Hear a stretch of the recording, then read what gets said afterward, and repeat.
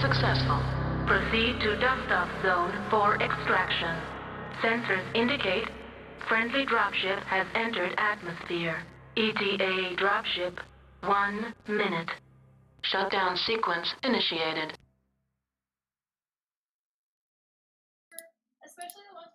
Alright, ladies and gentlemen, I'll be flying solo tonight, but this will be fest casting. We've got Crossfire versus GNX. Should be a very, very good mode. Match, double checking everything in the lobby. Should be good to go here in a moment once I verify everything's fine on the Twitch side. Crossfire didn't get to play week 1. They started with the bye. GNX had a close-in fight with 42. Very, very snowbally. Not a lot of points. A lot of 5-0, 5-1 wins, but looks like we should be good to go.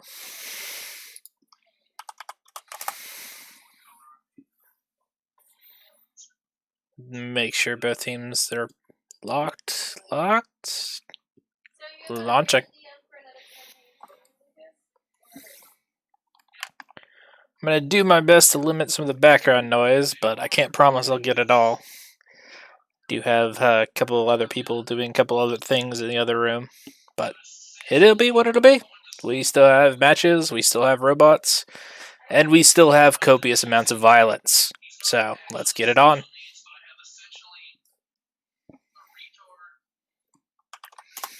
I still have my music volume off. Oh well.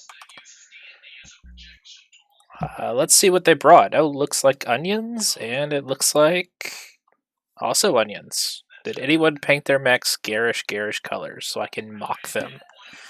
And find immediately who I have to root against. Onion V, not the VA. Interesting choice. Does that MRMs?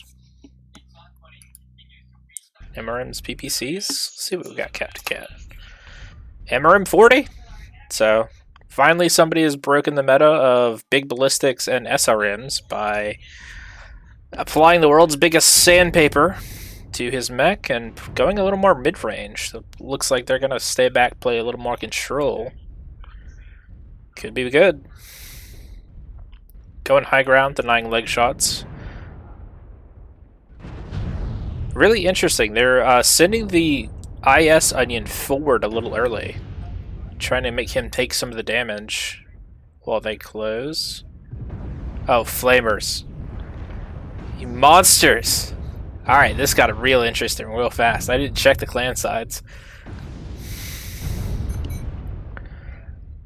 Alright, Huey, you gotta shoot the clan onion. There you go. Get a lot better focus fire. Captain Cat's totally fresh, but he's got a 2v1 ahead of him here. And he's gonna overheat because that flamer looks like the onion's been halved? Nope. Won't matter. Doesn't even kill Samuel. Alright, brutal fights. I've really, really enjoyed this 2v2 for the week. Double check team stats, but nothing terribly surprising here. Although I will say it's a little surprising the Crossfire guys did more damage. Just very poor shooting. I mean, didn't focus down a target, gave him opportunities to close, and MRMs did not pay dividends there. But let's jump into it.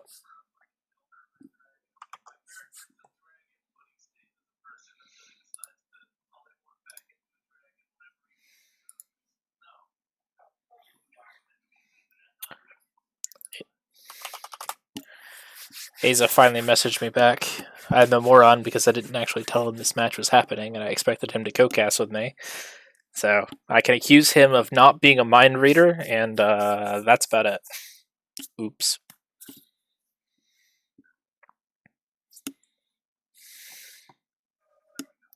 Roger. I actually jumped into a voice not too long ago, actually. Oh, hi. Yeah. Yeah. If you didn't hear it. No, I'm busy casting. I've got background sounds going on. Just doing my best here. Yeah. Single casting looks like a lot of work. If you send me an invite, I can jump in, but I'm not sure if I can take over the lobby or anything like that at this point. Don't worry about it. So, I did not actually tell you I was dropping the 42 match, not the 42 match, the KDCM match, and casting this one. So I magically expected you to know that, and everything was going to work out fine. Yeah, it's no problem. They are I side don't 2. make I don't first drop understand. anyway. They are.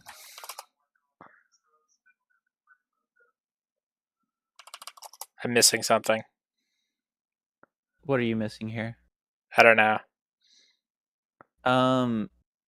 So they just completed their LIAO jungle match, right? Yep. So on to HPG, Manifold, Conquest. Indeed. Just making sure. They were saying GNX side 2, and GNX was already side 2, so. Okay. I'd making sure I got all that correct. Hey, we have the actual MWO leagues in chat. I don't actually know who controls that. It must be live. Yeah, either live or... Yeah, I don't know. Honestly, don't know. Well, anyway, hi, Aza. Thank you for coming in. Yeah. It's good to see you, Fess. How are you doing? A little stressed out, but you know what? I've got enough wine near me and enough other drinks so I can make it through this cast. Okay, awesome. I believe in you. I believe in your magical powers. I'm leaving my liver after this is all over. But we're No. casting anyway. Okay. So, real quick here. You already have the map strats because I'm still using yours. Sorry about that. Okay. Okay, well then let's check that out. So, big exciting matches. GNX is really damn good with those 40 tonners, Vulcans and such. I wonder if they're going to go a little bit lighter on their drop and try and use kind of comfort picks. Because we've not seen Bushwhackers, Crabs, the heavy or mediums work out too well. The sole exception has been the Vapor Eagles taking the mini Atlas builds. But mediums have really, really struggled in this. The heavies have been alright. The heavies have generally gone in, died, as you would expect, but you know, Thanatoses, Black Knights, those sorts of things, they're still getting their damage in. They're the obvious focus fire target, but I think there's a lot of potential in the mediums for this first drop. That's not yet been realized so far in the tournament. Yeah. Well, for the medium and the heavy, you mean? Yeah, well, the heavies are they are what they are. They're going to be the biggest threat and probably going to die first, especially with a lot of NPL or SRM lights running around. But I think there's some opportunity to bring, you know, just a brick of a heavy, onions, those sorts of things, and have a better medium that can kind of sandwich the lights on either end. So heavy goes in first, obviously dies. Medium comes in well behind the lights and tries to get some damage in. Yeah. We'll see. Yeah.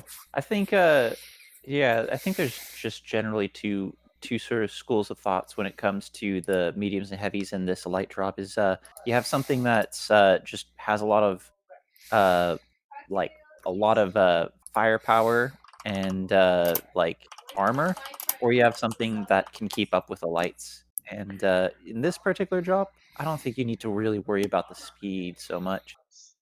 So yeah, definitely feel like we're going to see some pretty heavy mechs from most teams, but you can always get surprised. Especially if one team decides to push across Echo 5 here and catch the other team off guard, which we've seen something kind of similar to that happen before, where one team goes up to spine while the other team is still setting up, getting ready to go down, and catches them while they're on the way towards Theta. Yes, but you're still letting them have the bigger mechs. And for what that matters, I think you'd rather have the bigger mechs, even if you're having the fight closer to your own spawn. It has to be one heck of an ambush to make up for, missing 35-ish tons, depending on what you're bringing.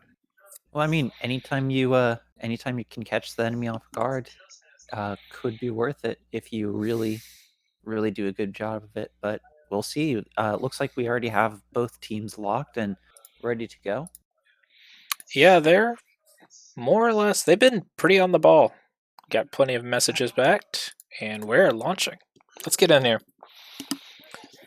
Kamikaze Viking on Clan Crossfire. Is that surprising? I actually didn't know that he was on Crossfire this season. Yeah, there's been a lot of mix-up in the TOC1 teams as they've crossed over. Like, I think Level's team is half of what it was originally.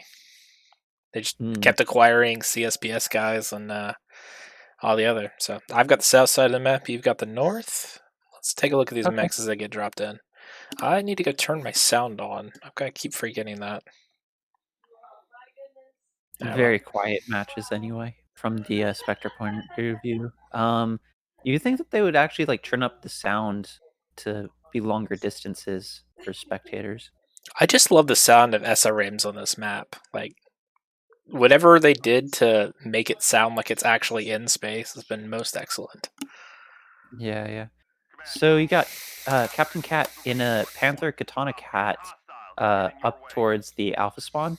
In the Bravo spawn, Clan Crossfire has Knives in the Commando 1D, Wolfhound 2, and Linebacker C, and Kintaro 18. And the Linebacker and Kintaro obviously have SRMs. What do you got going on here? GNX has obviously been watching a couple of the other casts and has figured out that SRMs beat MPLs, at least as far as this drop goes. So I've got Kit Fox's, Jenners, lots of clan SRMs, which is a little interesting. I think you want to take the IS for the spread, but they're going to get up close. Steel Wolf taking a ton of punishment early. Everyone's kind of ignoring Knives in this command. Yeah. All right, Kamikaze Viking about to live up to his name. Crossing in, taking pounding after pounding. Nobody's that really... Wolfhound already got a good amount of damage. The linebacker as well, Kamikaze Viking, getting halved already. Yeah, Clan Crossfire is rapidly losing this DPS race. They're going to have to make it up with forward focus fire, and I just don't see it happening right now. They're going after Huey the Great and the Bushwhacker, but that's not going to be an easy kill. He's shielding. He's lost both his arms. They're going torsos. Why? Can go down? There he goes. Captain Cat's already open to the back, it looks like. Never mind. Open CT. Knives is last man standing. Kintaro is missing. I don't see him. But I got a lot of name tags in front of me. Here it is. Wow. Brutal. Absolutely brutal. Well, I'll be honest. I did not expect that from GNX. They made very quick work in this brawl. That was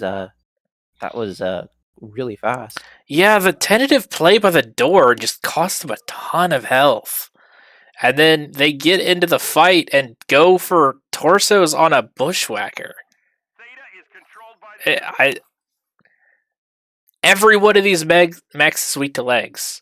Maybe the Jenner go CT, but I don't understand it. Well, GNX wasn't going for legs. They all the mechs that I'm looking at that are on the ground right now from Clan Crossfire, their torsos are gone. Rear torso or something else.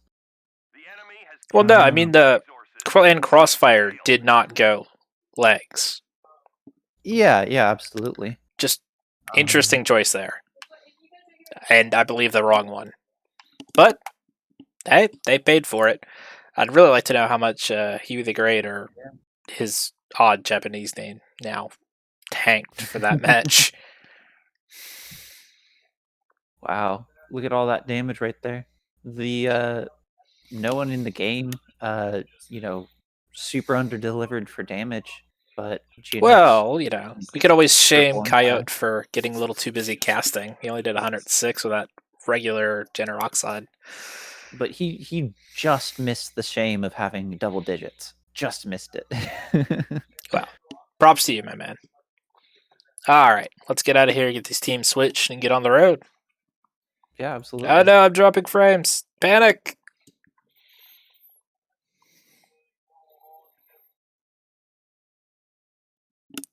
I guess we shut some things down. Twitch is already gone. Alright, hopefully that helps. Apparently Crossfire has all abandoned ship, so these teams switched around. There's a few of them. Oh, everybody's trying to ditch out on this match now. Both on G and Crossfire. They've lost, very badly, so obviously everyone needs to rage quit. That's clearly what's happened here. I mean, it wasn't that bad actually. It was a all right. But yeah, that first match is definitely very, very, very brawly. Well, go update the score sheet. Make sure the points they get proper credit for that victory.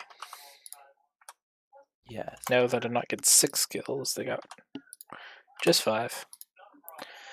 Really strong showing, though. I didn't think GNX could brawl, I'll be strictly honest. I'm used to fighting them in faction play, and they've got those ER large laser annihilators. They sit, pound the crap out of everything. Well, you have to keep in mind that this isn't GNX faction play team. This is GNX comp team. And, there's some like leftover, sort of preferences from the faction play team, but I mean, this isn't the same thing. It's just not the same thing as playing against them in faction play, for sure. Yeah. The faction play teams down there playing in Div D, and they're a lot of fun to watch, I gotta say. But, oh yeah. Yeah, they got 2 teams. They've got enough people for it, so I mean, it certainly worked out. But going to the map strat, so me and Ghost had an argument earlier that I think I'd like you to settle here. I said that Team 1 was going to be hard pressed to play control from bridge. Just stack up here, try and fight downhill. You mean this is a difficult thing, you think, for Team 1 to do? Well, essentially, you've got too many angles across the H5 corridor. Like, you're fighting in a lot of ways. And I don't think if Team 1, if Team 2 does do that, it can be very difficult. If Team 2 sets up solely for receiving that, then it can be very difficult for them to push across there, especially if the other team has theta. But always keep in mind that Team 2 doesn't know exactly which direction Team 1's coming from, and that's really where Team 1 gets the advantage on the TERRA drops, is taking advantage of all the points that can pressure Team 2 on. Team 2 kind of is set up in a position where they have to wait and see what Team 1 does and reply to it. Whereas Team 1 decides what angle to approach from. So when you're Team 1 and you go into the bridge, one second, let me erase this right here. Yeah, those are the 2 opposite angles you can come from. You can come from multiple angles, but you can, when you're right here as well, you get to this point and then you can go around right here. You can go around right here. You don't see it, but there's actually a little bit of cover right here that blocks visuals if the enemy's up to the north. And you can go wrap around and attack someone in the back there, or you can go through there or through here. So it's like going past that bridge isn't really the worst thing. The only issue with it is you're absolutely giving the other team control of theta, and you're taking your time to do it. So it might be a little bit easy to, if you have the timings down in your head, to know that the enemy team's going to go to the bridge side. Well, just the flavor of the drop with 2 lights for scouting, 3 heavies for the DPS. My argument was, I think playing control from Team 1 side is very much weaker than playing control from Team 2 side. I think Team 1 should play a lot more fast brawl. Another thing to never forget is that Team 1 has this up here. That is true. You have the LERM spot, or the PPC spot, or the I'm going to oppress you with my big Gauss rifles. So always keep in mind that Team 2, like, yeah, they have all they have to do really is set up their team like in locations kind of like, like these sort of locations. Like there's so many good locations for them to choose from to set up and be ready to receive. But Team 1 has all the options, all the options to engage from a different spot. Team 1 kind of like decides what angles fight happens at, and Team 2 uh, has to deal with whatever it is. Well, we can go ahead and go ask the players, because they're all locked. Let's launch this match and go find out exactly where they want to play and what they want to play with. I will say, Team 2 did take 15 less tons, and Team 1 has gone exceptionally heavy at 280. Real big boys over there. There were 10 tons under max? 75, 75, 35, 35. Doing math in public. Bad idea, bad idea. Can't bail now. Yeah, I'd be kind of surprised to see GNX doing that LERM strat, but it's always possible. I wonder if they know about it. It's always a Well, question if they know about it. they've been in comp around enough. If they've not fought it, they've watched their opponents get clagged. But I've got the north spot and you got the south, and let's take a look at what mix Okay. they're bringing in.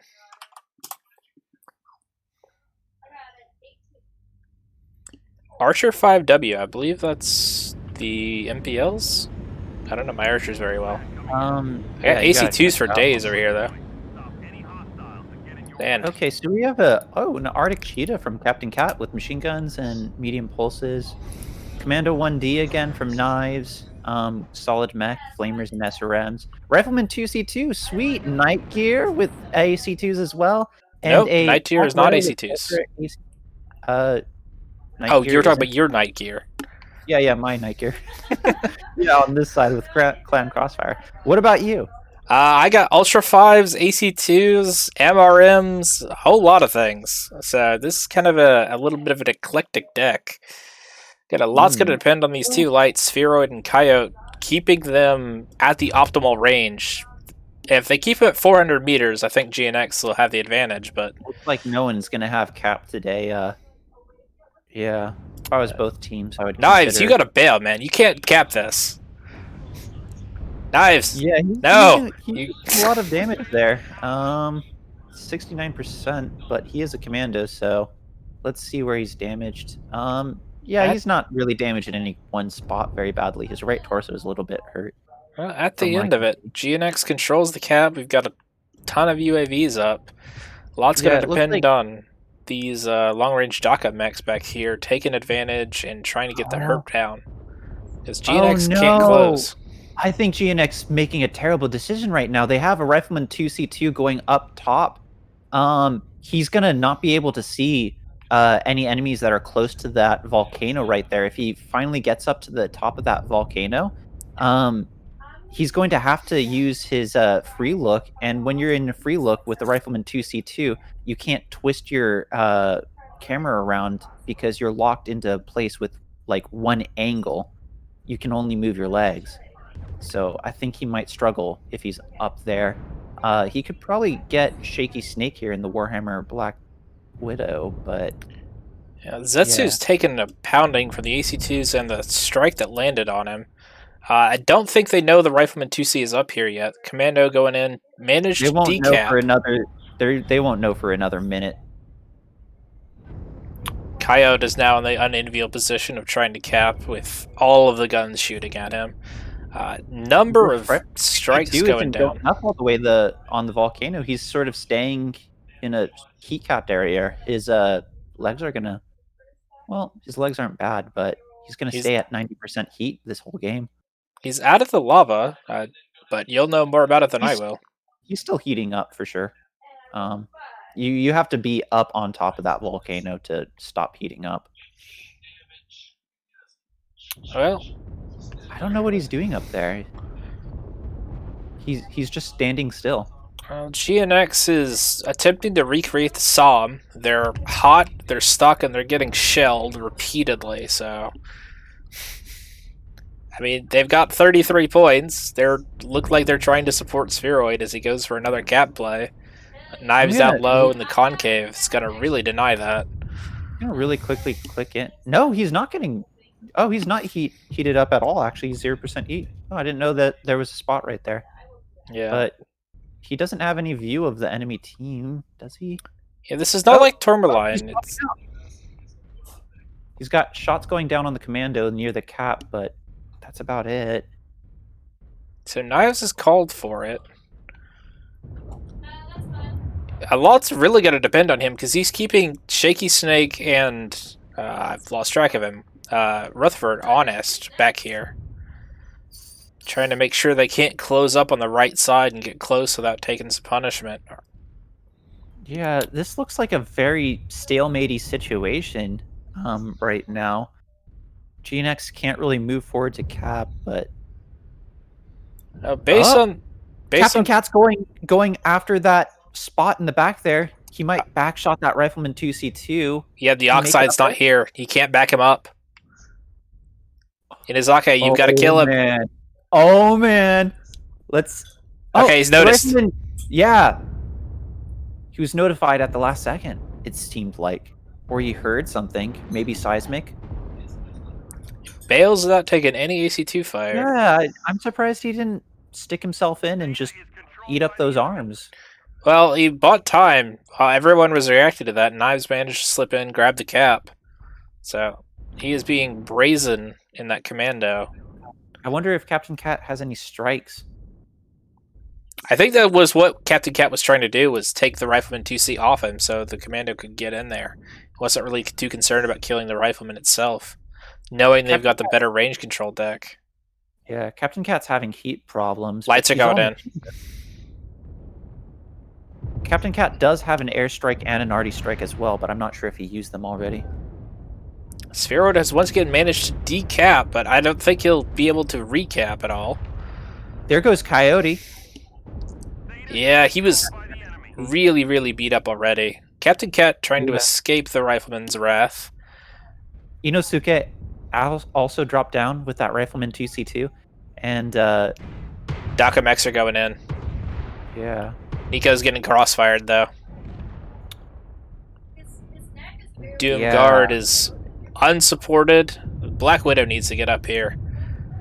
GNX has, like, no health left, though. If they could just get an angle or one more strike, it'll all be over. Archer goes down. Inazake is getting jumped on by the lights. Spheroid's trying to back him up.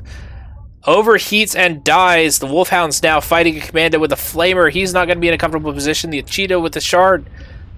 Massive machine guns. He's got to win this fight. It's crossfires to lose. Yep. Boom. There you go. Good job, Clan Crossfire. Sneaky Snake saved his health. The Archer pushed out, and he managed to smack them both. I think the Nightshare must have died to an artillery strike. I feel like GNX lost on momentum in that match. Yeah, they got stuck there. They committed their heavies to that small choke point and then never got the opportunity to reposition. They kept trying to fight over Theta and deny the cap to the commando, but it didn't work. Yeah, that's a very sticky spot to get your team stuck in on. I feel like they would have been better off setting up at least another teammate in Fox 7, the side where the Rifleman 2C2 was, but not up on that not up in the sort of lava area. And alternatively, you could have gone further south on the map and sent people towards Bridge and maybe left one person up towards Theta Cap to catch people by surprise. But yeah, it felt like once they got into position, all they had were people looking at Cap, and they didn't really have the ability to, poke out and shoot the enemy team very easily. Coyote also, once again, underperforming on the Jenner. Real rough from him.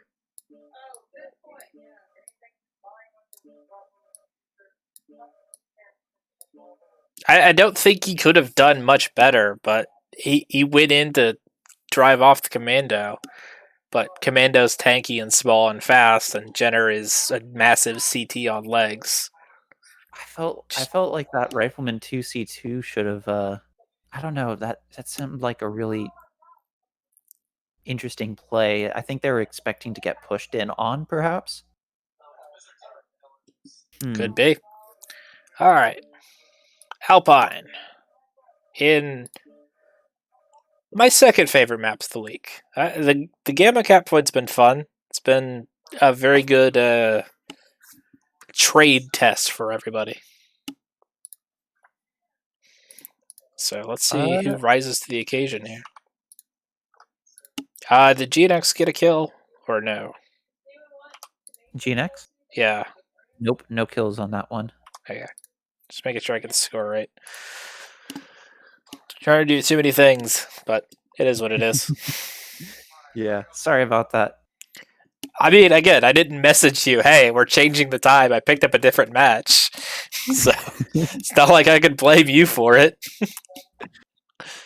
Okay, yeah, I'm looking at the review of that. Been some fun, salty comments in chat. GNX didn't do a bad job either. They got a lot of Clan Crossfire's mechs down really weak. It's just they didn't have the ability to get those kills, push into them, or anything like that because they were stuck in that choke point. Yeah, I feel like the MRMs were a poor choice there. Maybe taking for that range. Yeah, I would agree. If you didn't have the Archer and took instead, you already had the Night Deer, you already had the Rifleman, you had your DACA kind of covered, but maybe an Ultra 10 Summoner. Yeah, I mean, I feel like you would have been much better off. It's kind of interesting. TERRA's a map that's very easy to get confused on the ranges that you have to work with. Because it can get a really close range, especially in like quick play. But the map can also be played at range, and as you saw with Clan Crossfire, they were all running AC2s and just basically sniping at them. Well, on a map you are not going to confuse the ranges on at all. We have seen a surprising amount of DACA pushes, I'd say. I had expected literally everybody to take ERs and PPCs and just call it a day, but no. I was about to say, you say that, but bear in mind, this is a drop with, if I remember correctly, was it 3 mediums, 2 assaults? 3 mediums, 2 assaults. So we've seen everything from Annihilators to Warhawks. Nobody's been brave enough to grab a Charger and go full in, but a lot of Mad Cats and a lot of Blood Ass. So people appreciating that speed, I think. Just in general, I think what you should look out for is... One second, let me draw it out on the map here. What side is GNX here? GNX will be Team 2. Oh, interesting. GNX has some people from HHOD and BCMC. Yeah, unit tags don't mean anything anymore. It's all just Scott players. I honestly love it. So the 2 spots you have to look out for that you really expect long range assaults in is for Team 1 side, you got this Fox 10 to Gulf 9 area. For Team 2 side, you got this H11 through Charlie 13 sort of area right here. But outside of that area, you're probably going to be looking at mechs that are rushing or brawling or running lerms or anything like that. I see on the map you have H9 and I10 marked up. That's a very common place for teams to run through. For instance, Team 2 can run straight around here and up across. Team 1 can also run through that area from the start. Just go down Fox 8, Golf 8, through there, and straight up into the backs of H12. Alpha also has the option to run literally straight past Gamma and jump jet up into H12, which ought to catch people by surprise. Yeah. I don't think the assaults could do that, so... No, the assaults couldn't do that. But, that's probably why I have not seen it yet. Yeah, but you can also run your assault mechs with lerms, and it doesn't really matter if they're not up in H12. They can still support. Levels in chat, stop giving him ideas.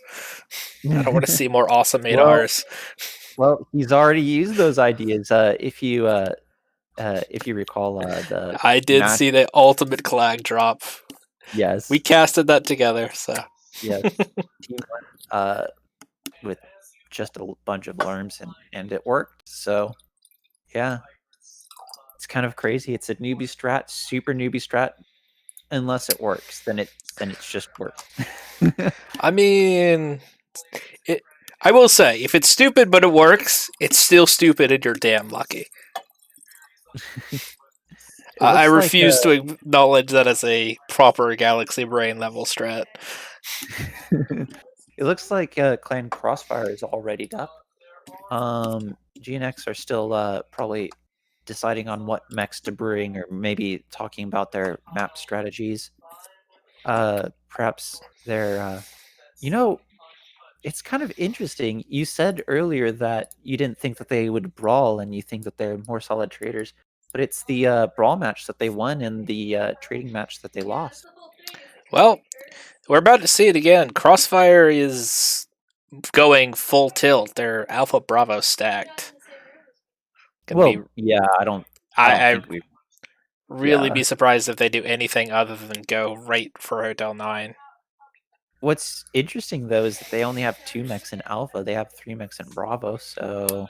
Yeah, I think that's giving too much information away, especially if you're locking Team 1 first. Like, you almost have to play Alpha just to keep them honest that you're going to Fox 10.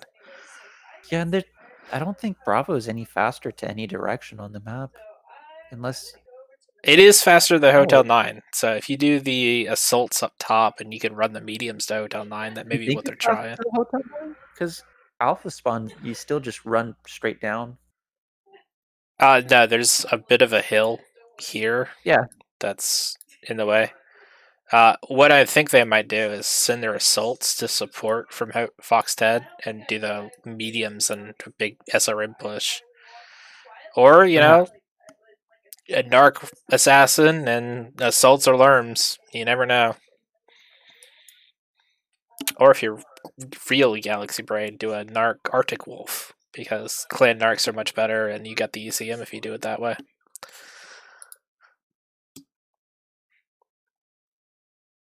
Actually, I don't know if are clan narcs better? I know they're lighter, but is there a duration difference? The clan narcs, is there a duration difference? I really couldn't tell you. I'm sure that someone knows exactly the numbers and is probably screaming it in chat, hopefully.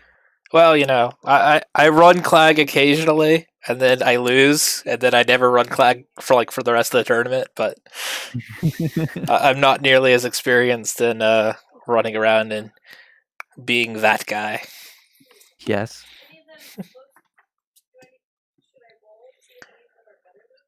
Sorry for the extra long vamp. We're still waiting on GNX to lock here. A lot of discussions going on. They seem to be very thrown off by the Alpha Bravo spawn, just like we were.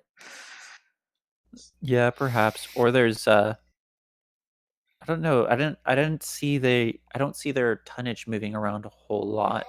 So maybe they're just trying to get clear what sort of strategy they're running. Oh, they all are readied up now. Does that mean that they're unready? Just as I switch over to the page, we're sitting here vamping for as long as we can. Come on, Morgan, let's do this.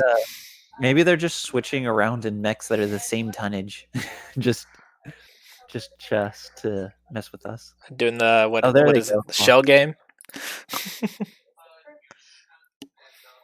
Okay. It'd be interesting to see the choices. But yeah, I was surprised to see Kami and Clan Crossfire. Just because, if I remember correctly, Kami used to be in JGX for a little bit. What is he? Is he normally in Clan Crossfire, or is what unit is he normally in? Hard to say. I don't know the individual players around enough. Yeah. Faction play has its own little world, so I don't get to interact with the comp players except when the actual season starts. So, who has north side? You have north side, mostly because I'm already down here and trying to cycle into the dropship. Vulcan, Annihilator, Corsair, so they are expecting Lerms, and Vapor Eagle, as they dash away from me. Utter bastards. So on my side, we have a Vapor Eagle 2, a Direwolf Prime, a Phoenix 2, Annihilator 2A, and a Trebuchet 7M. Rotaries, Ooh. PPCs, large lasers, they're dressed to kill, but they did bring their Lerm mech. So the Trebuchet is Lerms, which, okay, that makes sense. It's a Trebuchet. It's in their alpha spawn. So is that Phoenix Hawk in their alpha spawn with medium pulses. No surprise there. But Direwolf Annihilator in Bravo spawn going straight south, going straight towards that sort of overpass. Kind of interesting. Yeah, this is a bold take. I'm not sure that Annihilator is going to have the gun depression to shoot down from the hill, but he'll have some very interesting back shots. So I guess their idea is to have the MPL Phoenix Hawk going for the cap and the Trebuchet covering him. Well, I gotta say, it's going to be a rude surprise, because this Annihilator is going to notice him at about 400 meters. Check this out. Vapor Eagle, not Vapor, Vulcan with 2 large lasers and 3 AR mediums. The Vulcan 5T. Yeah, it's a laser vomit build. He wants to be able to reach out and touch somebody at 400 meters. I think they're going to keep him in the low ground next to the cap. Just use him almost exclusively to deny it. I don't think it's really buying him a whole lot of extra range, but it doesn't seem like a terrible. Like, it doesn't seem like a well, the biggest thing is he's not having to deal with the MPL fall off, so he can hit things beyond 300 meters. So if they end up putting him up on the hill, he can still reach out and touch things 600 or so. That said, he's not doing his job. He got forced out back by the Lerms, and they've got a solid cap. Alright. Samuel is beginning the absolute clag fest as this Direwolf and Annihilator run for cover. Yeah. Kamikaze is standing out in the open. Here in this particular match. I don't know why the Annihilator isn't exposing with the Direwolf for Clan Crossfire. Yeah, he's red CT already, red armor. Not open, but... for sure. I don't think those are very great trades. What happened to Nitro? 54%? Yeah, Nitro got dunked on. His legs are messed up. We missed that. I'm sorry. That is going to be very decisive, especially if they're doing the Ultra AC2s. Yeah, it looks like GNX is in a very solid start for this match. I wonder if Clan Crossfire can capitalize on their cap advantage right now. I'm just missing everything. Trebuchet goes down. I don't think Captain Cat's safe either. If they get a lock on him, Samuel with the Lerms can dunk him. He's got no cover and nowhere to run. The Ultras... The Raktu's starting to hurt. Run! I didn't even run think fast! That was that low. Jeez. Yeah, the Trebuchet, his side tortoise, so was just taken clean off. He was XL. I mean, you have to run the bigger Lerm builds. Carry enough ammo. I believe Samuel is also XL with 215s and a 10. Yuzake is coming in for the kill. Captain Cat's got no support. His assaults are pinned down on the low ground. It's 4-on-1. Team Captain going to die alone. Finally, the Annihilator gets up here. Oh, that's Direwell. That Vulcan's getting pestered by the CXF Annihilator. So I feel like this is the meme where a bunch of sailors are watching the monkeys with the knives. Because all of the assaults are trying to kill the mediums that are dueling it out on the cap. Finally leave each other alone. Dire Whale starts taking some serious pain. Dire Whale getting focused down yet again, getting lermed. His right leg and his CT are absolutely trashed. He's about to go Samuel taking down. that high ground is just Here. disgusting. There he goes.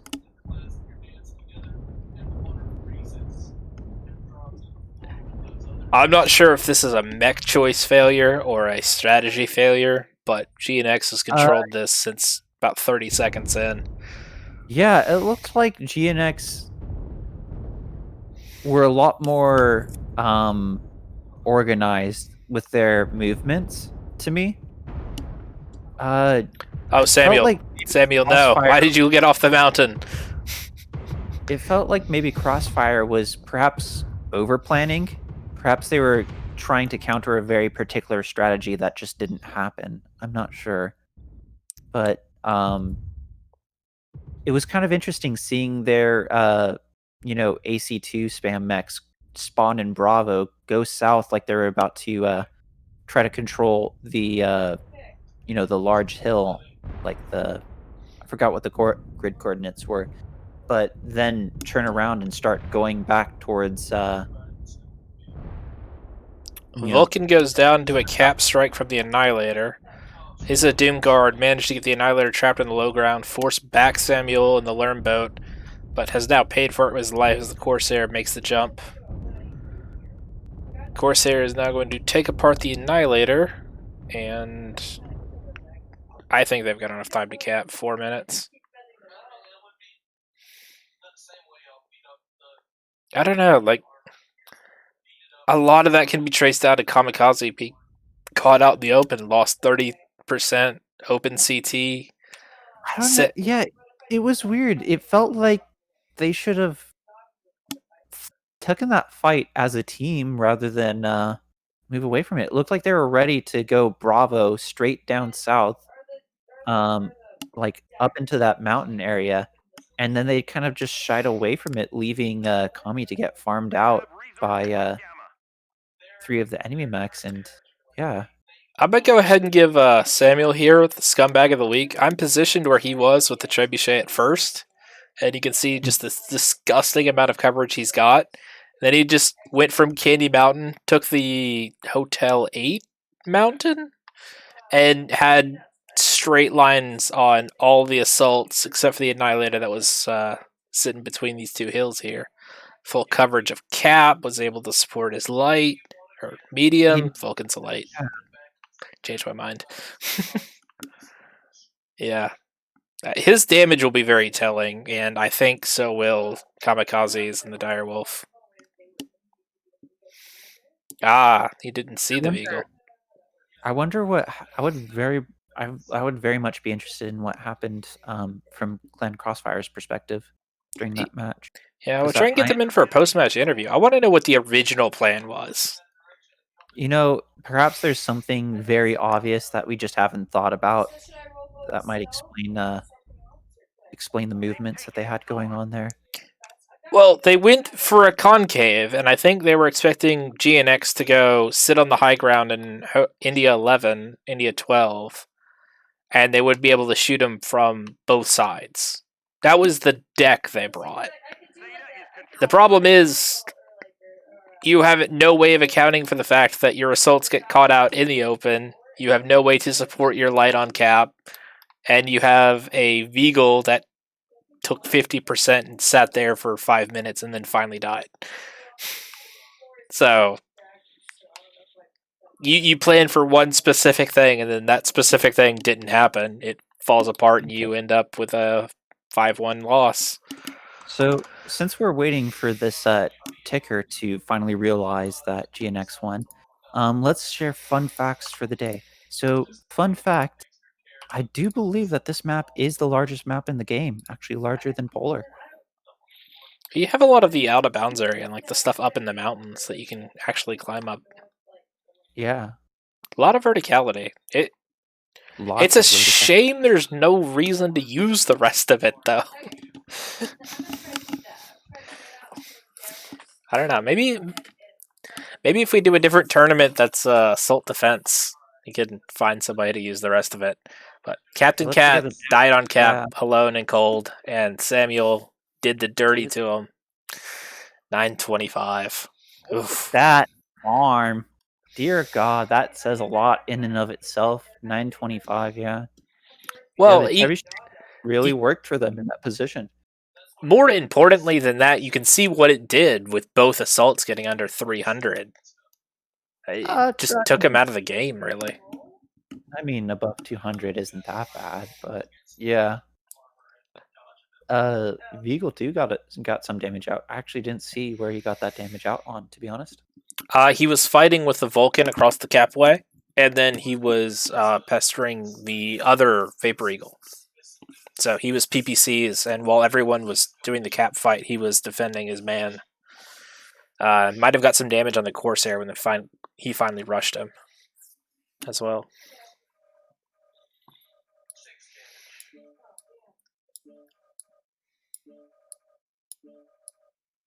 Hopefully I got everybody right there, but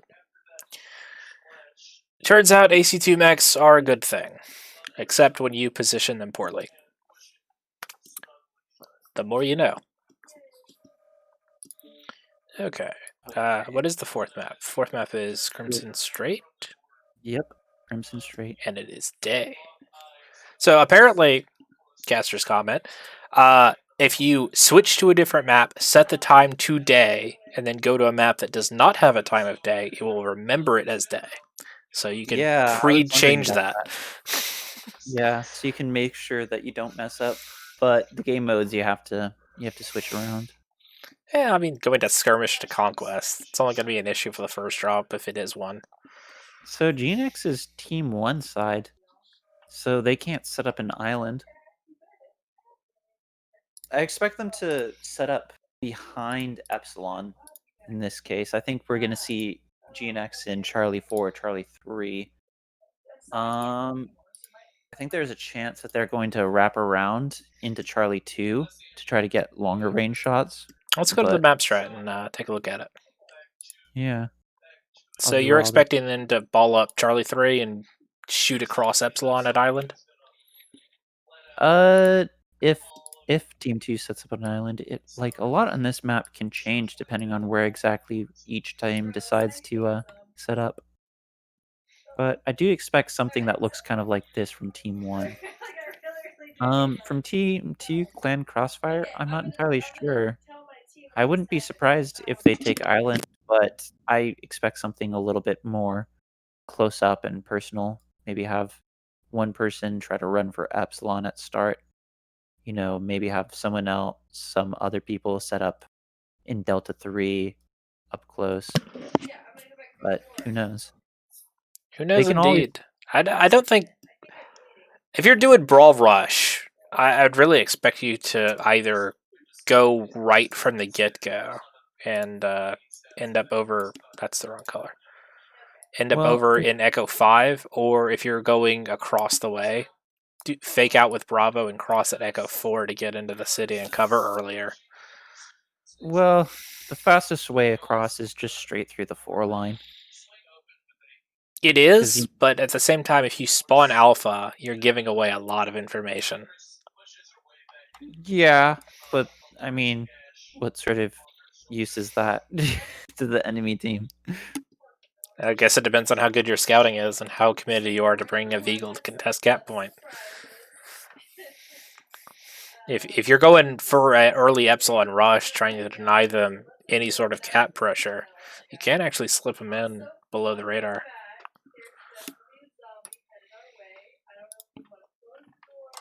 Looks like currently GNX is set up Bravo Charlie, and yeah, that's about expected. No surprises there. Any chance we'll see some hyper big brain plays doing saddle pushes? That would be absolutely absurd and not possible. I mean, we've seen a couple teams put like DACA mechs and some really, really big ER large traders. I mean, the thing is that it's just so far away from the cap point, like there's nothing to be concerned about, really. The only situation I could see that you would even remotely consider putting someone in saddle is if you are really scared about not having Epsilon and you don't think that you'll be able to control Epsilon with the entire enemy team set up on island, and you want to catch them completely by surprise, but at the same time, anyone on island can still just look to the right and be like, "Oh, they're at settle. What the fuck?" And then just move backwards, and then your entire plan is completely foiled. So yeah, it's just a weird Zimbabwe thing, but I don't think I very very highly doubt we'll see it. It'd be a really weird strategy and shouldn't work. Well, Take a lot of time as well as a thing. seen a lot of summoners for the heavy pick on this map. Really, I guess they're the most flexible choice. You can take the Night Jeers if you wanted the bigger tonnage, or the Riflemen if you wanted the extra range, but it's been highly meta-sized for what it is. I really enjoyed playing this, but I think, a third of the teams have taken the Summoner as their heavy so far? I mean, Summoner is a great map. It is, but I just didn't realize it was going to be that dominant, the jump jets and the PPCs, or the jump jets and the UX. Everyone seems to be playing it consistently. Yeah, I mean, Summoner's been in the meta for I don't know how long, but it's a very common choice. Just last season of TOC, JGX took the Summoner basically every drop they could. Summoner and Vapor Eagle. Yeah, there's a lot to be said for them both being comfort picks and kind of a do everything mech. I mean, SRMs, Ultra 10s, MPLs, PPCs, just options for days. Yeah, usually when you see a Summoner, it's usually going to be either UAC 10s or PPCs, just because it's it has those jump jets in there and the tonnage limitation. But yeah, sometimes you see SRMs on it. We did have Big Goat's 2v2 Summoner tournament to show us all sorts of new and fun ways to build things. Oh, absolutely. Big Battle Fist, bunch of ER Smalls or something. Yeah.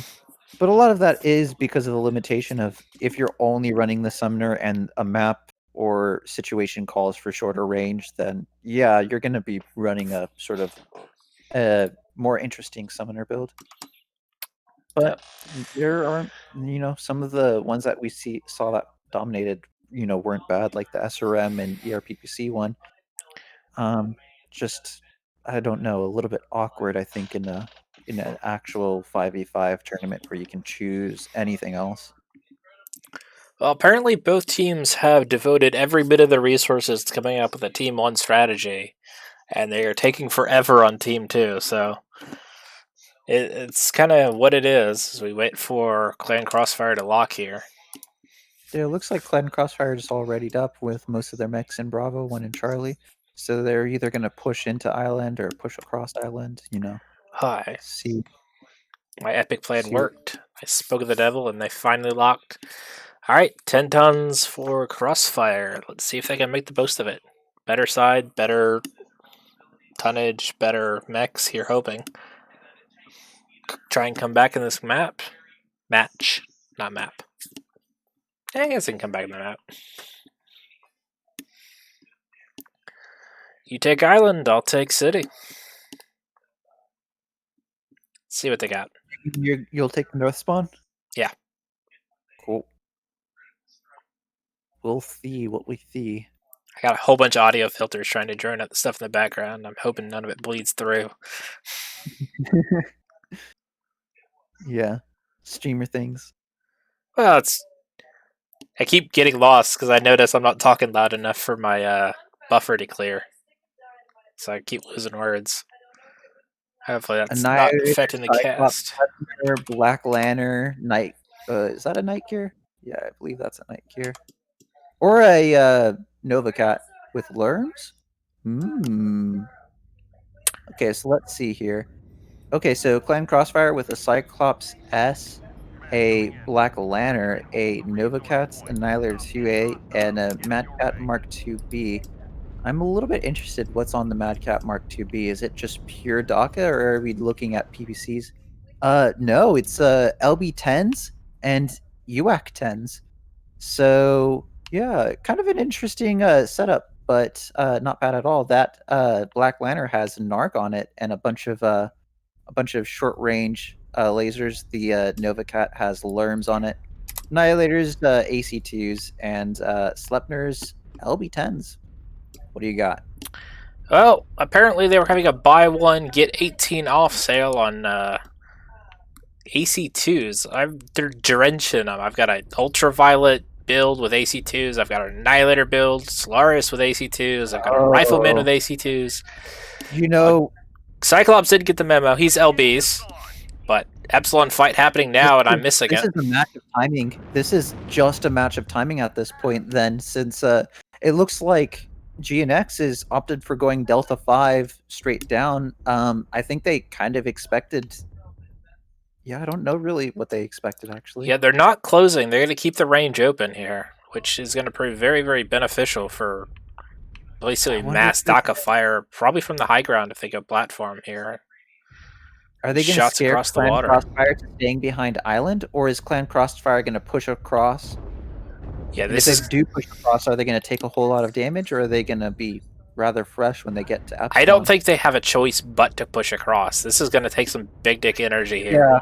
Yeah, I think they ought to push across as well. How's that Nova Cat doing here? Taking a pasting, but it's spread. Yeah, it's spread everywhere. Not really focused down in any particular component.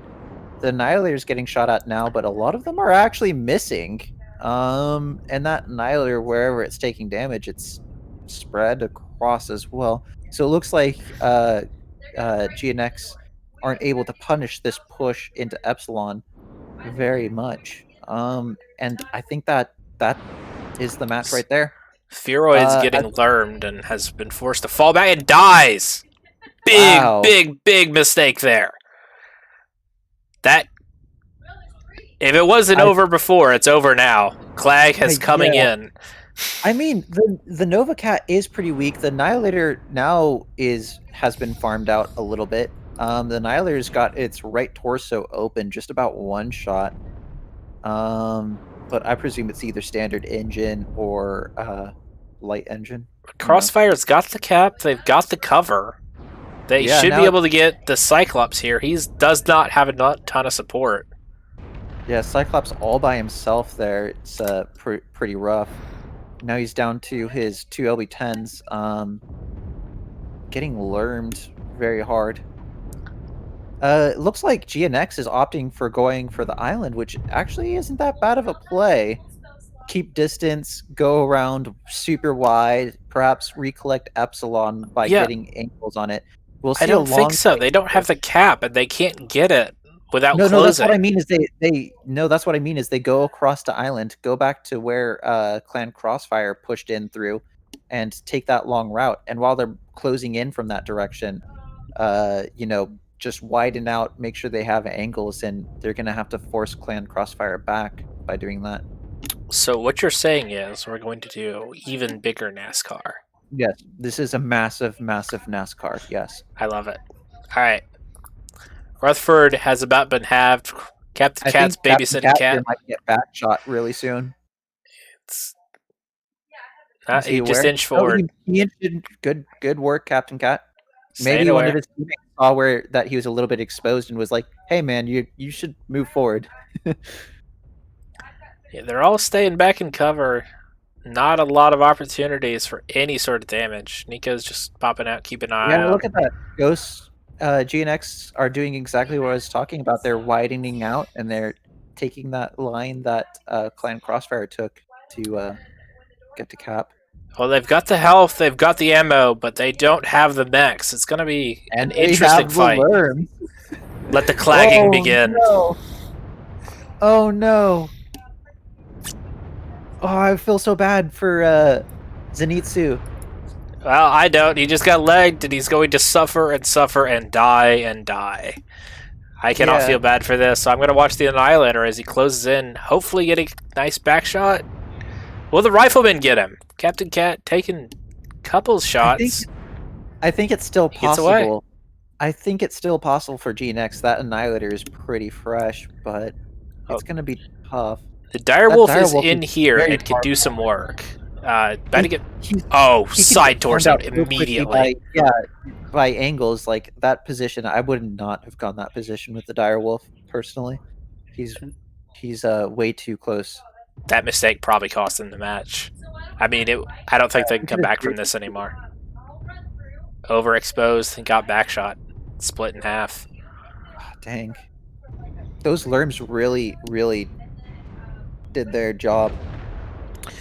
So, what could G and X have done differently as we watch Samuel get rushed by the LBs and finally the long-suffering Zetsu will be set up behind taken down? Epsilon. Set up behind Epsilon or take a shorter range deck. I think their failure...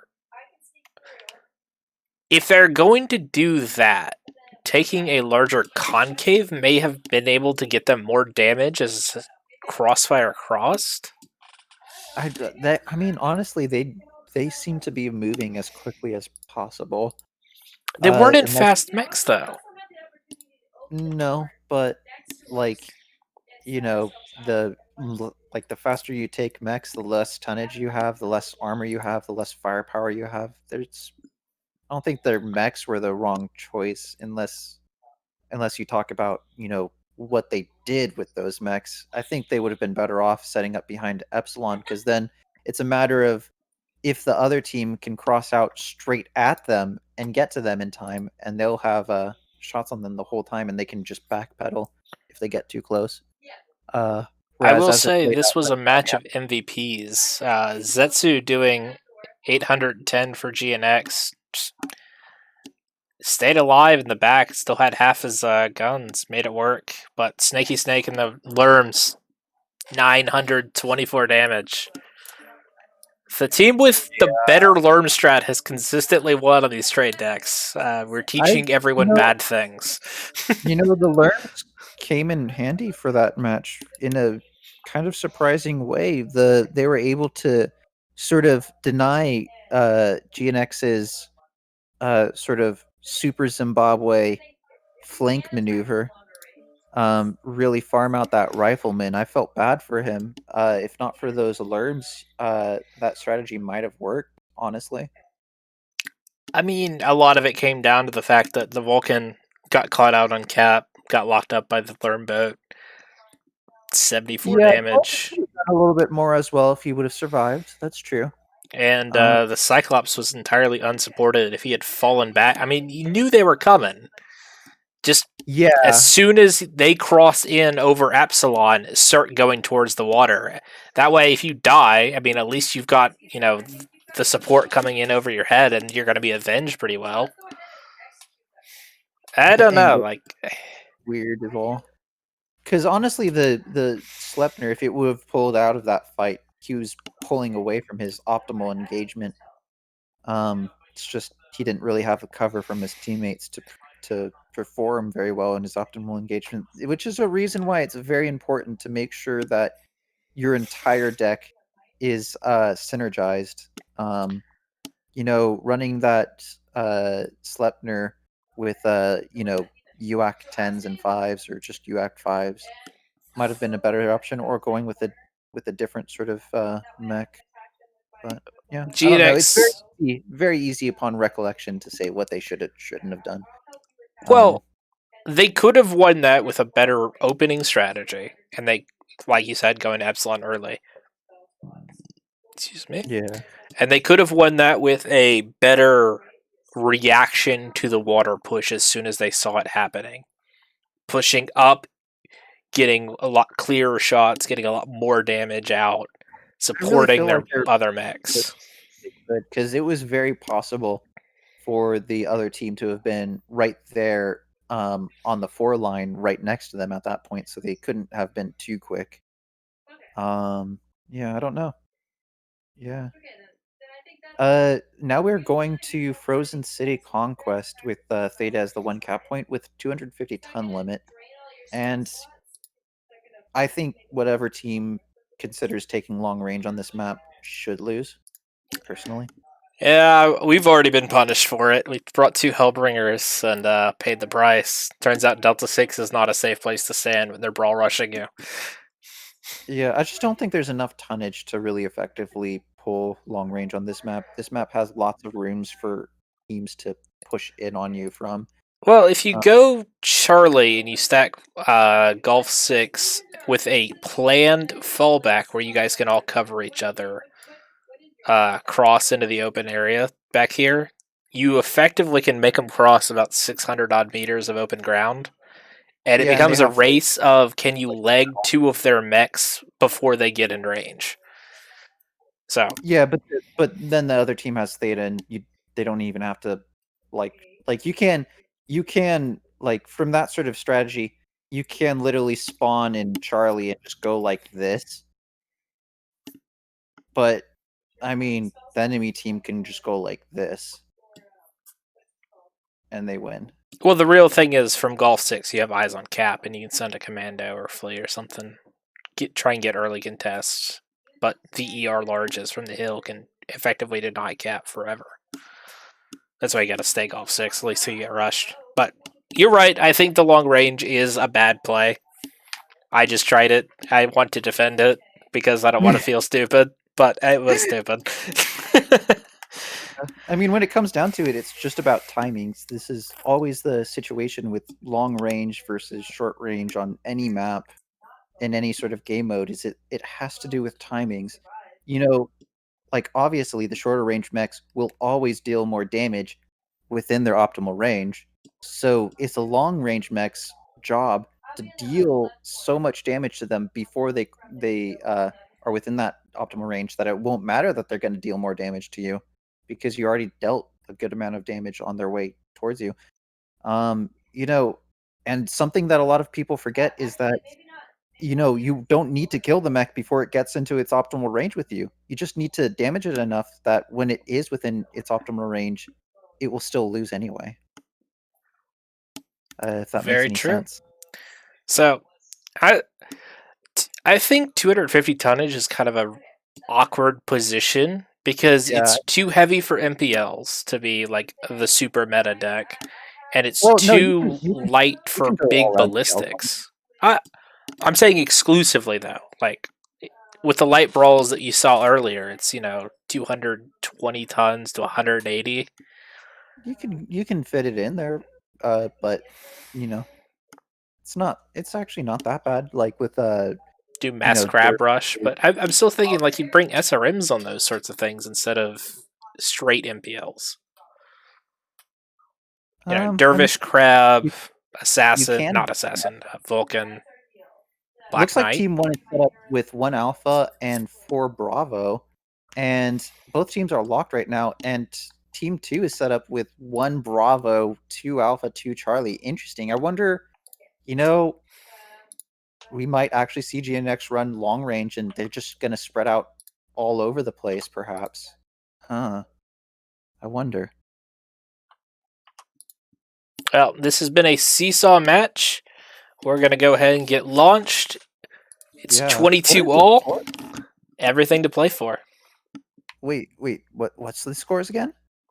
22 all. They're exactly tied.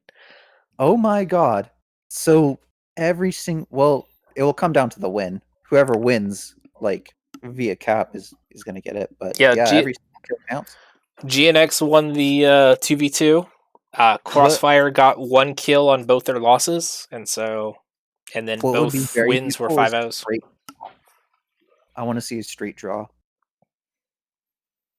I'm not sure that's possible. I guess if one team has to win. Yes, and the other team has to not die at all. Okay. Well, I mean, one team has to win and also all die without getting a single kill. I'm just going to pace around the map and go take a look at red team as we log back in. I will take some solace in the fact that I was not the one that crashed this time. So we can look at all the pretty mechs. Double Vulcan here from GNX. Okay, we have a hold going on. Yes. And oh, look at Knives with his oh my god, look at that wolfhound. That's basically a centurion right there. Absolutely precious. I love it. All right. Well, as if to prove me wrong, I've got mass MPLs on Ghost of Nox. You know, they Yep. felt the need to correct me. ACT Rifleman supporting him, and Zetsu did like 900 damage or 40 billion Actually, for his team's yeah, side. that's actually kind of interesting because that's something that my team ran with Rifleman 2C2 and a bunch of MPL mechs. They also have a Streak Huntsman. Yeah, they're really committed to this light fight. I like. Oh, okay. I see what you mean by Centurion. He's not a Centurion build. I'm like, you put SRMs on a Wolfhound? No, he's got a Mohawk and a shield. I like it. Yeah, it looks really cool.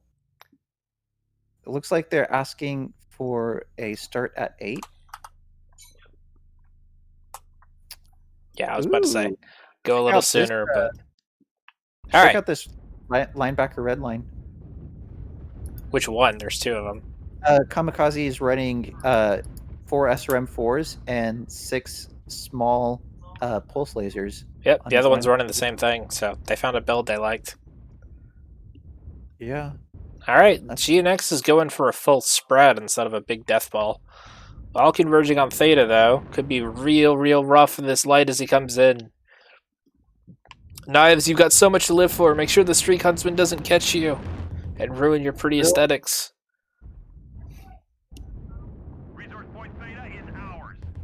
I like the Dervish MR. I think that's a good choice here. They just got to get into MPL range as they sit there and back off. Where are you going? The wrong way!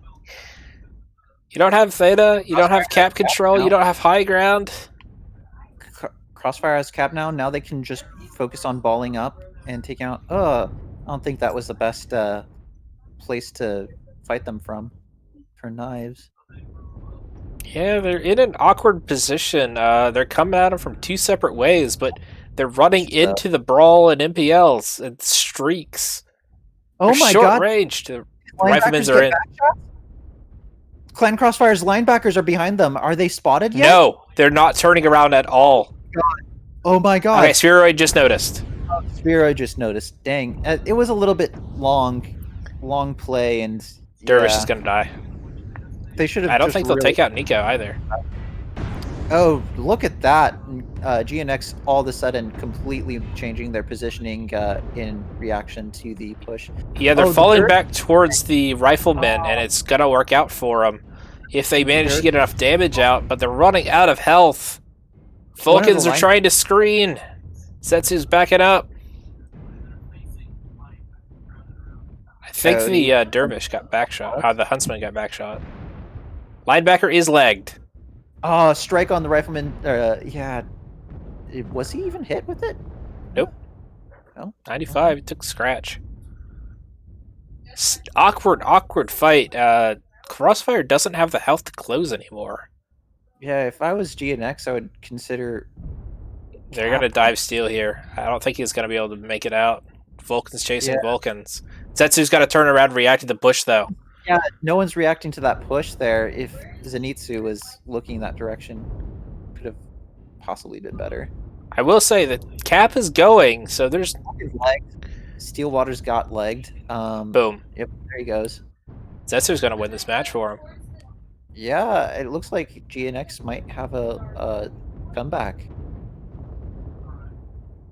They're pretty Captain Cat's the only one with any health here.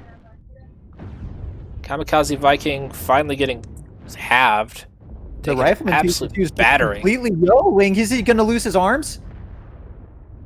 Well, they're trying to take down Zetsu, but he's just got too much health. They don't have enough guns left. Yeah, they're not focus firing him either. They got the leg, and his arm is weak. But if they would have all focused that arm, he would have been half firepower at this point already. GNX probably has this match, but will they have the caps? Yeah, they're going to get the caps. Yeah. With 5 minutes left, they can cap anything else. Easy. When the linebackers came around, I think they should have taken their gains, killed... I forgot who was in front, the Dervish or the Huntsman. But they had this around. If they had just stayed at the dropship, maybe 2-3 more seconds, let their Vulcans come in, and dove head first, I don't think the AC2 rifleman would have been able to put out enough DPS to save his team, because they melted those tanks. And I mean, then the linebackers just stayed back, tried to hide, and then nobody dove the rest of the way in to finish them off. Yeah, So, I feel like what should have happened is the linebackers should have called for a push at the moment where they were closing in on the backs of the enemies, and that way the two people close to the dropship from GNX really couldn't do anything whatsoever. Like, you had to have two people coming for the backs, and you have a bunch of people coming for the front, and no matter how you cut it, someone's going to be behind you, no matter what angle you turn at. well, still, this was very, very entertaining. Make sure I get the right kills in here. Yeah. Good job to both Clan Crossfire and GNX. Great job. Yeah, Div B is looking like it's going to be the most competitive division, so Kraz has been proven right with his massive, massive soup of like 11 teams. I think it's very, very awesome that you see that these teams playing last TOC, they were taking like sort of interesting mech choices. Their strategies were a little bit unusual, and as you get to TOC season 2, like all these teams are just running, meta. They're running, very solid strategies. They're playing well. It feels like a lot of teams have gotten a lot of experience from TOC, and yeah.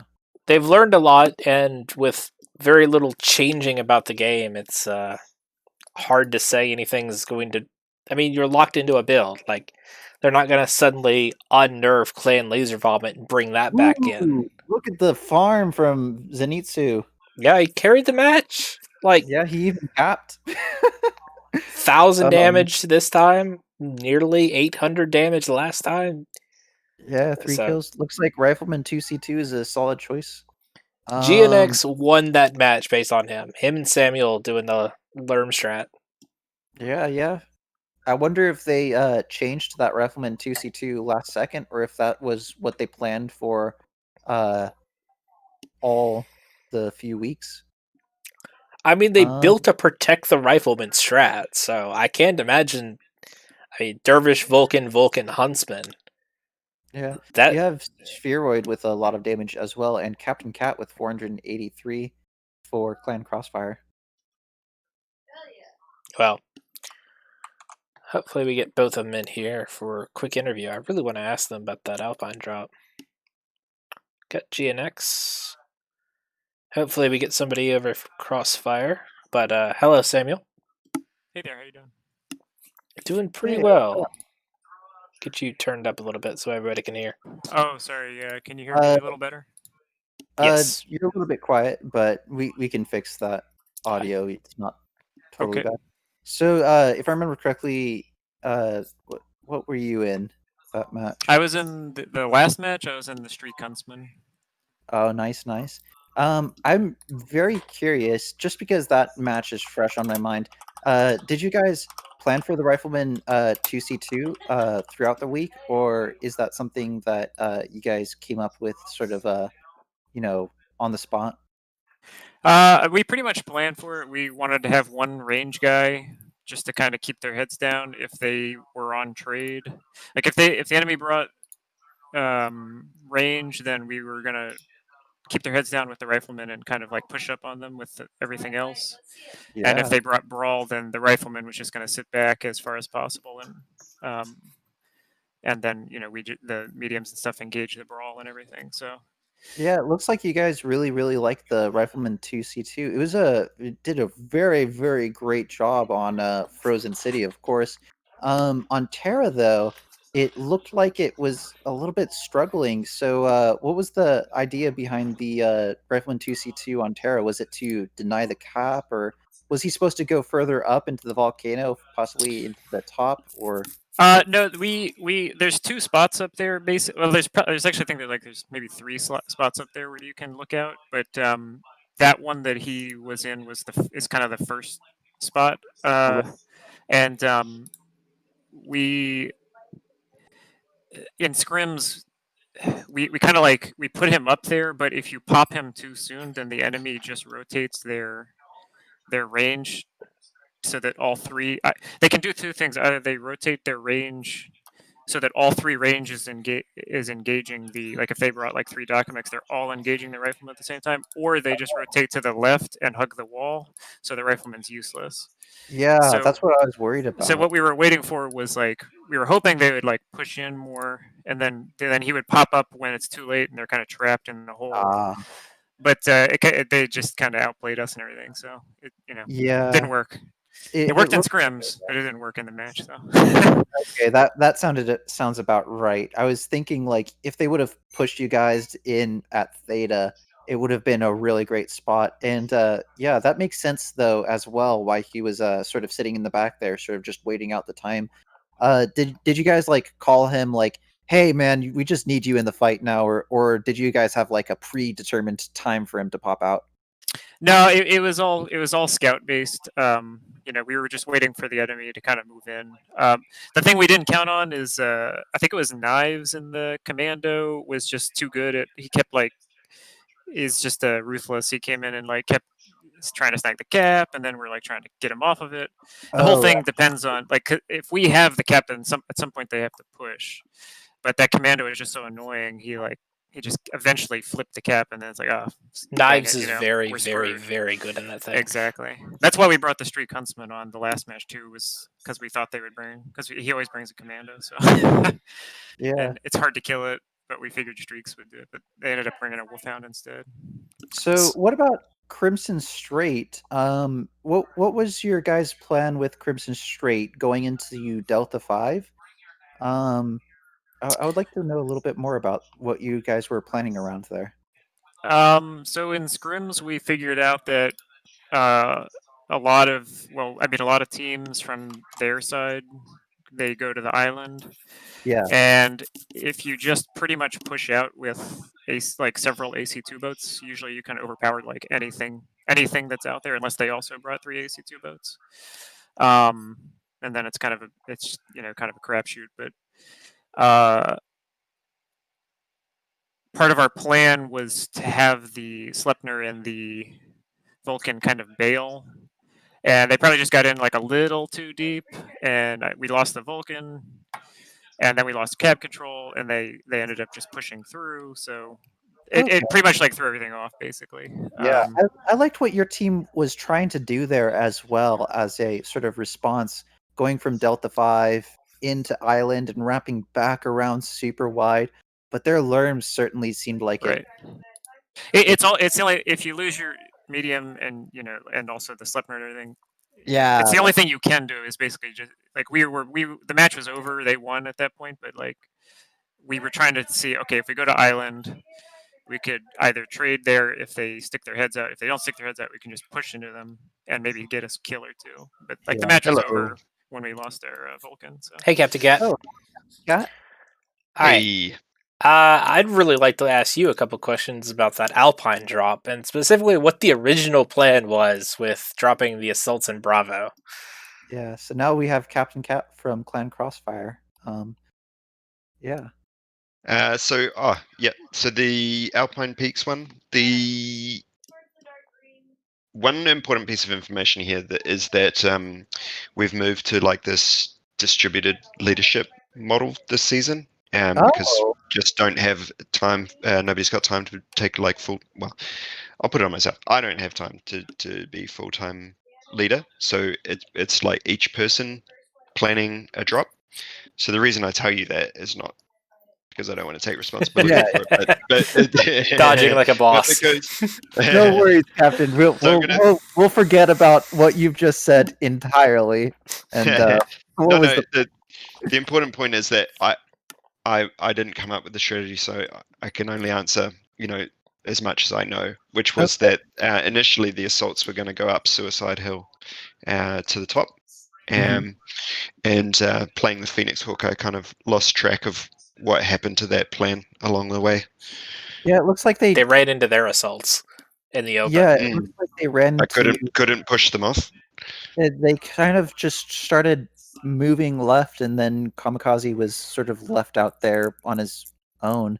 Well, it's looked 4v2. Like the dire whale was shooting back at an Annihilator, a Rack 2 Corsair, a Lerm Trebuchet, and something else. It wasn't the Vulcan. It was whatever else they had. Vapor Eagle, I think.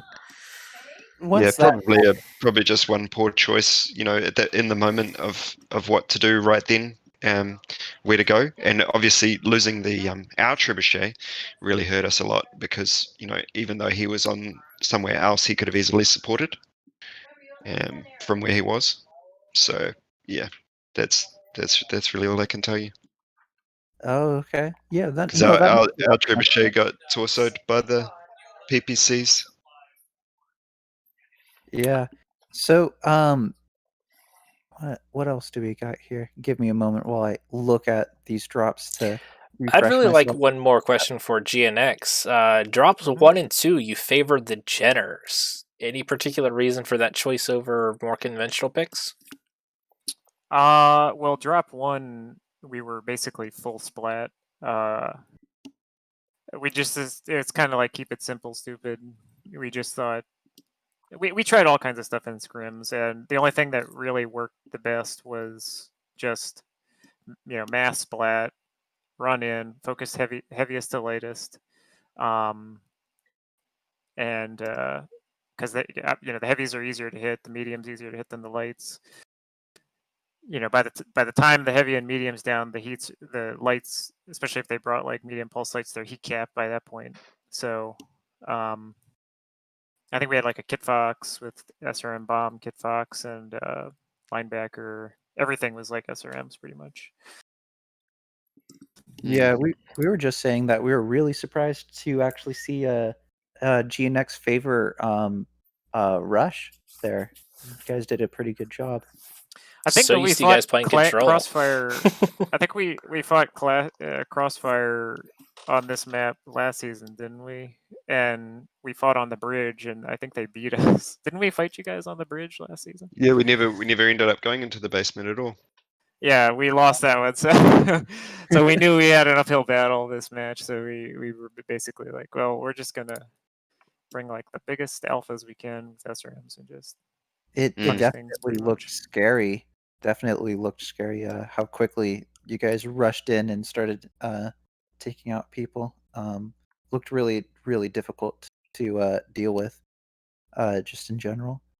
Yeah, a lot of like the Kintaro, I think, has like a pretty wide back, so it's like a pretty easy target if you can like that. The other nice thing about the Jenners is they're super fast. The Oxide and the 2C, so like we're able to you're kind of able to run around like the heavies and mediums and kind of get the backs and everything. Yeah. So now let's see here.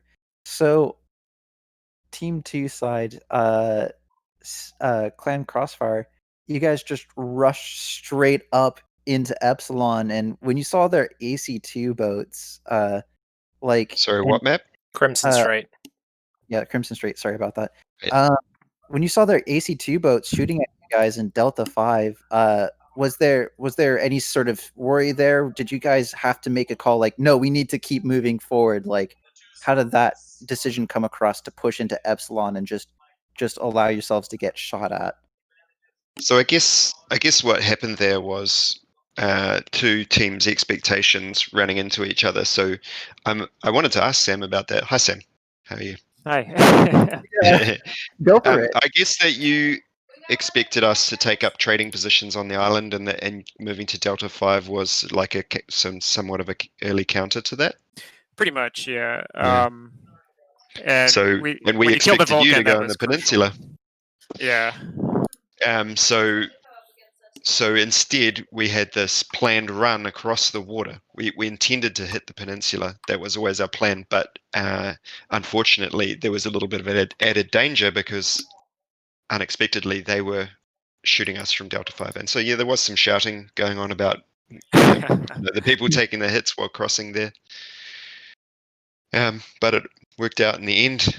Yeah, we had two guys in a little too deep, and you were able to pick them off. And by that point, Mm. there was no way we were ever going to dig you out of the point. We were just fighting for kills at that point. Once Yeah. that rotation to island, we were like, well, maybe we could kill a couple more mechs or something. But this match is over, you know. Mm. What was the idea behind the Lerm Nova Cat in that Crimson Strait drop? Was there anything in particular they were supposed to counter? It looked like that was a very great choice for just taking out that rifleman in Delta 3, though. It certainly seemed So, effective there. I mean, it's a pairing with the Lerm Nova Cat and the Narc Black Lena, isn't Oh it? yeah. It's a two-piece thing, and it's being able to hit the cap fast and then have a heavy mech able to support. Unfortunately, when I hit the cap, I realized that all my weapon groups were everything was on weapon group 1. I did a Oh man. total Oops. chump mistake, and I was panicking there. So I Oh, had a moment of sitting behind a building, punching buttons. Well, it's a good thing you got it sorted out. Yeah. Wow, Yeah. the matches were very close there as you guys were getting into drop 5. It like how were nerves there going into drop 5? What was it like there when both of you guys were setting up? Sorry, I guess Captain Cap first, and then we'll hear from Yeah, you Okay. guys were actually tied going into drop 5. yeah. So the mood was pretty good at the start of drop 5, put it that way. But yeah, it was very. Yeah, I mean, the question was how was the mood, and yeah, we were feeling good about it. We lost some, that were winnable, but we're still positive. Yeah, awesome.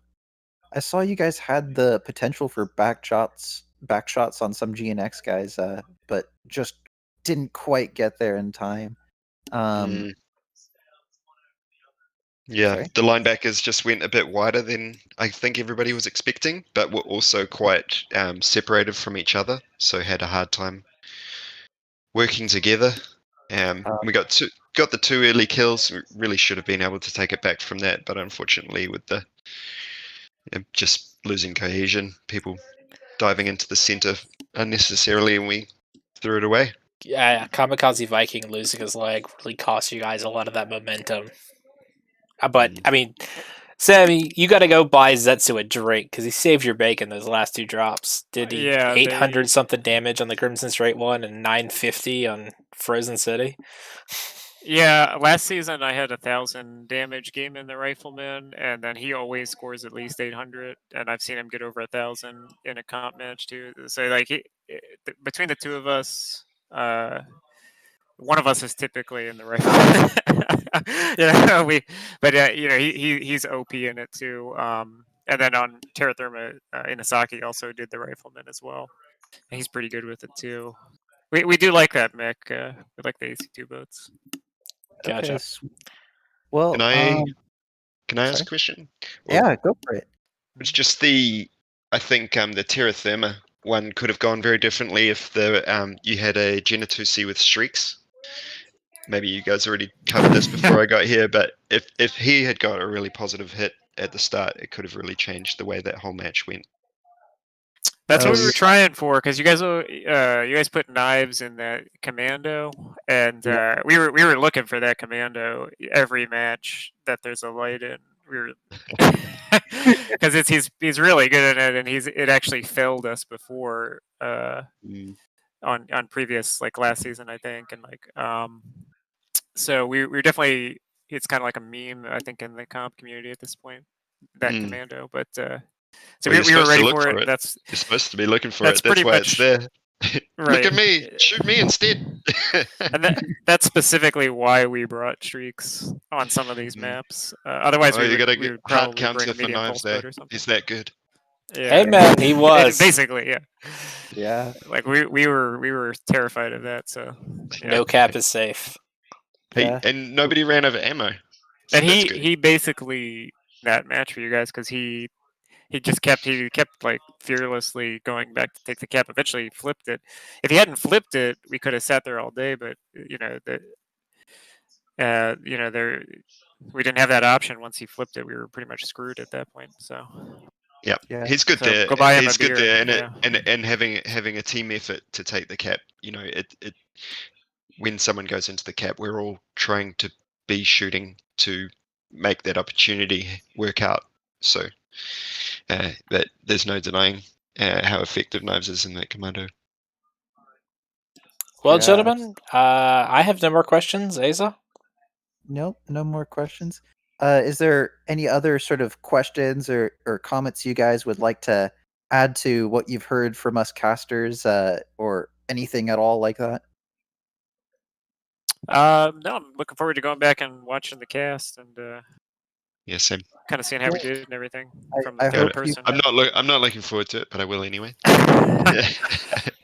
Well, I hope. It's going to get harder from here for both of us teams. It's Yeah, it's going to be absolutely. a tight This division. field is packed with like really good teams, so we're scared. You know, Probably the we most got to fight competitive KDCM division. next week.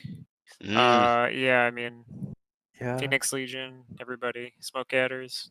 I was saying earlier that like everybody in this division, it's very interesting because it feels like everybody from the last division, from the last TOC match, like we all came in, sort of like,